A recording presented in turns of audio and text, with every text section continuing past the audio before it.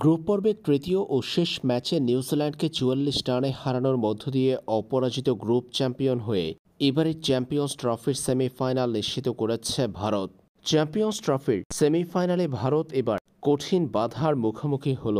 Group পর্বের ৩ ম্যাচের ৩টিতেই বাংলাদেশ, পাকিস্তান ও নিউজিল্যান্ডকে হারিয়েছে ভারত। শিরোপার যোগ্য দাবিদার বলা চলে টিম ইন্ডিয়াকে। তবে সেমিফাইনালে তাদেরকে পাড়ি দিতে হবে কঠিন পথ, সামনে বড় বাধা। আরও একবার আইসিসির মেগা ইভেন্টে অস্ট্রেলিয়ার মুখোমুখি ভারত, যেটা ভারতের জন্য টুর্নামেন্টের এই পর্যায়ে সবচেয়ে বড় বাধা বলে বিবেচিত। চ্যাম্পিয়ন্স ট্রফির সেমিফাইনালে গ্রুপ এর চ্যাম্পিয়ন ভারত পড়েছে গ্রুপ বির দ্বিতীয় দল অস্ট্রেলিয়ার বিপক্ষে।